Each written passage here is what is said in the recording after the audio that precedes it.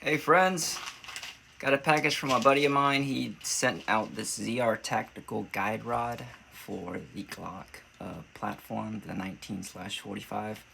I don't know, I didn't ask if this was a captured or the uncaptured. I know they just came out with a captured one. This is the 15-pound spring one.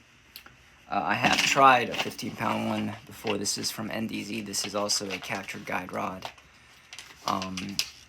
I didn't really give it enough time to get used to it, but it obviously made the slide reciprocation a lot lighter because Glock 19s, I believe, have an 18-pound spring stock. It's built well. It felt a little bit more gritty. There's no way for me to clean it. But I had some, like, return the battery, not issues, but more like it was a little weak unless I pushed it in. I'll show you what I mean. But I've tried that. I decided just to stick with my 18-pound, but I thought, heck, why not just try this one? My buddy Kyle offered to send it out for me to try, so I said, yeah, why not? So, it's the captured one. If you guys aren't familiar with ZR Tactical, I think they're more known for their PDP accessories. So, just pull this out of my holster. I do have to unload it. So this has got the stock guide rod in there. It's still the original because haven't really shot it out yet. But that's what I'm used to. I feel like I can remember that feeling.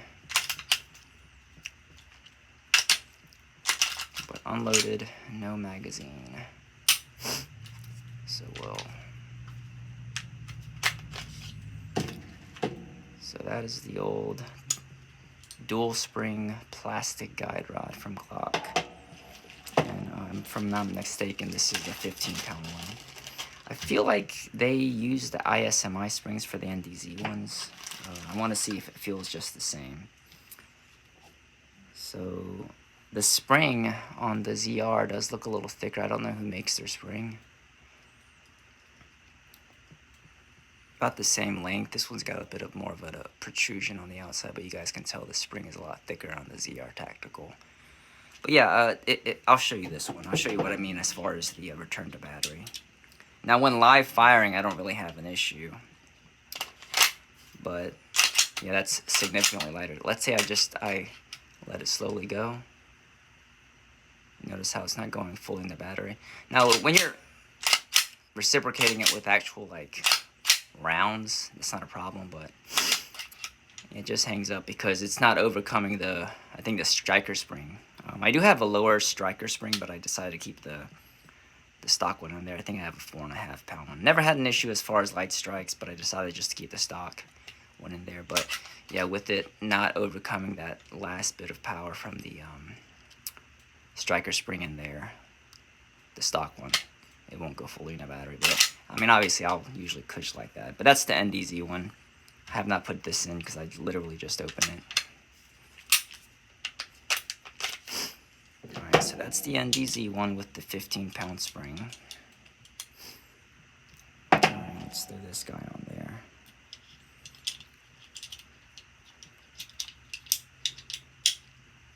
Just compressing it a bit, it feels a lot stronger than that one. So let's see how that feels.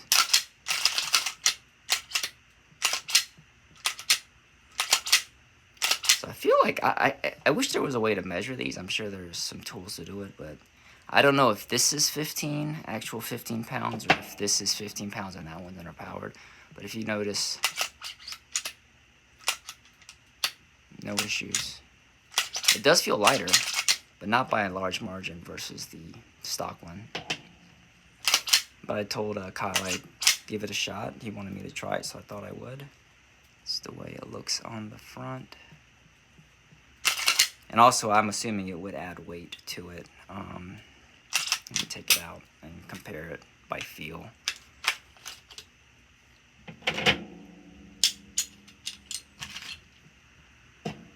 Yeah, it's definitely heavier than both of these. This is an all steel guide rod. This is plastic and some metal. Let me go grab my scale and we'll compare how much weight it would add to the front of your slide itself. Just out of curiosity. It's my old crappy little scale I use to mail stuff off with. Alright, so stock one in ounces,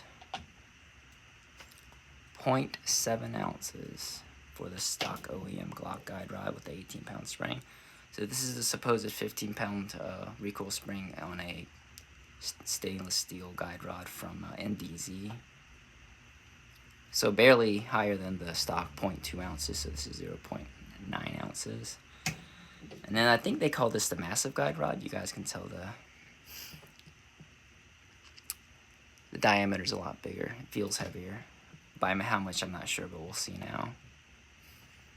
So almost more than double the OEM. So you'll get a little more weight up front.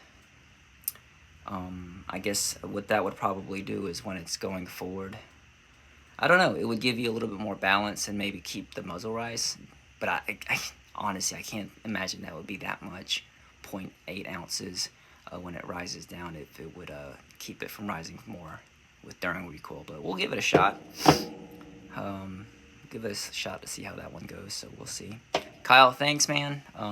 Sorry for the impromptu video. I just thought I would show that off. But yeah, we'll throw this on there and see how it runs. But yeah, that's interesting. If somebody can answer me, like, this 15-pound spring feels a lot lighter than this from ZR Tactical. Curious. Anyway, take care.